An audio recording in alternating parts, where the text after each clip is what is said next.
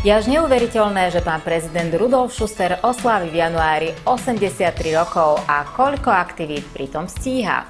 Minulý týždeň sme ho stretli v Bratislave a pozrite sa, k tomu robil spoločnosť.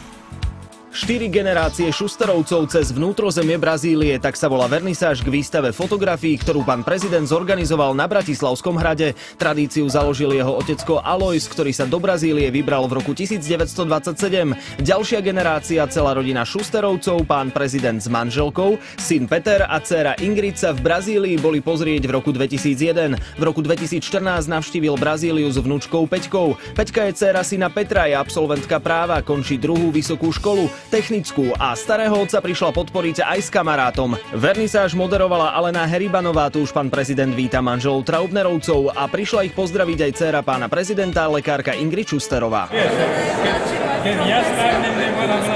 Pán profesor dával komplimenty. On to myslí vážne. Dcéra pána prezidenta sa išla pozdraviť s bratovou dcérou a pán prezident za Feldekovcov. Moji slavní manželia. Pani Feldeková pochádza z Oravy, rovnako ako pani Irena Schusterová. Feldekovci predstavili aj svoju vnučku Magdu. Medzi hostiami sme si všimli aj uznávaného urológa pána profesora Brezu a pozrite, koho víta pán prezident. Manželku Roberta Fica, doktorku Svetlanu Ficovú. Pani Ficová prišla so spolužiačkou zo základnej školy. Takto mrkol na pani Ficovú a... Doktorku Ficovú hláška pobavila a s kamarátkou sa vybrala sadnúť si do miestnosti. Profesor William Fischer prišiel s Jozefom Oklamčákom.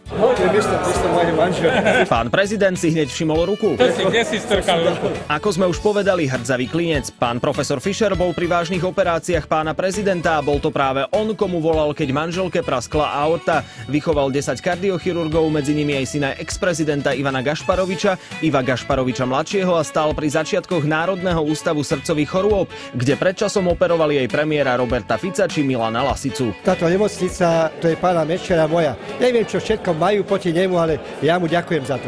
Na záver kariéry však prišiel škandál. Nebolelo vás to, že ako keby sa zabudla na to všetko, čo ste pre Slovensko urobili v tej medicíne? Nebolo vám tak ťažko na srdci? Nie, že bola, je. A moje vnútro s tým nie je uzrozumené. Viete, ťažko sa mi k tomu hovorí, keď sa určité veci neudiali.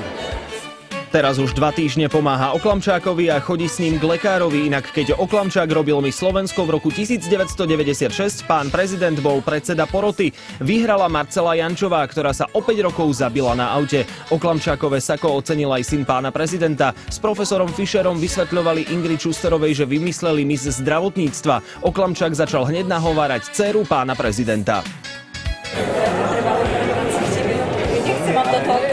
Predseda parlamentu Andrej Danko prišiel tesne pred začiatkom. Áno, pán predseda, pán prezident už ide. To už sa usadil aj Béla Bugár. Pán prezident skontroloval čas a bolo treba pomaly začať. To už práve dorazil majster faktických poznámok z parlamentu a milovník orešanského vínka Jan Cuper. Toto je jeho manželka Svetlana.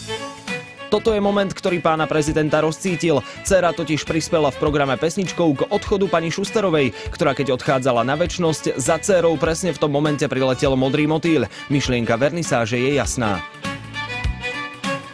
To nejde o moju rodinu, to ide o Slovensko. Béla po programe zažartoval.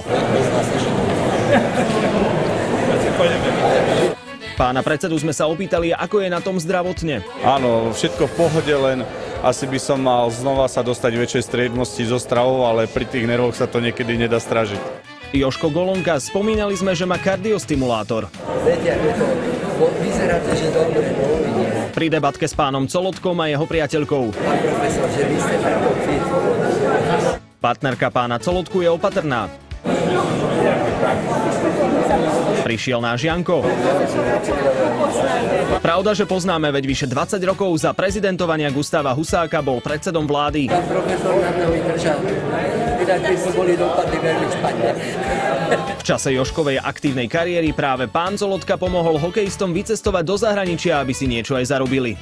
Nebáli ste sa, že vám tam ostanú v tej cudzine? To by ste mali aj vy, pokom počom. Na Golomku by som sadil vždy. On je vlastenec. Aký bol život s predsedom vlády? Ja som až posledné roky životná partnerka, pretože Peter bol vdovec pred niekoľkými rokmi, ale poznáme sa 55 rokov. Priatelili sme aj s jeho prvou manželkou. Môžeme sa opýtať, koľko máte rokov? Bude mať... Koľko? 92, 10. januára. Áno, toľko. A ešte? Niekto nadáva na komunistov, tak čo mu odkážeme? A ja nechválim všetkých dnešných. Milka Zimková z kultového filmu Pasla kone na betóne. Aby si neprišla, tak výstava sa neotvorí. Tak ako je to u Šusterovcov, poslúcha otec alebo dospelé deti? No, ocko nikdy neposlúchal, ani poslúchať nebude. Povedz pravdu, nehambi sa. Neposlúcha. Kde berie tú energiu? My si myslíme s bratom, že on je nejaké UFO. Že sa mi dala. Janko mal pre pána prezidenta prekvapenie. Áno, to je dvojplatnička, to mi venoval pán Mečiar. Zábery pochádzajú z prezidentského paláca, kde sa dvojplatnička stále nachádza. Ako ste na nej varili?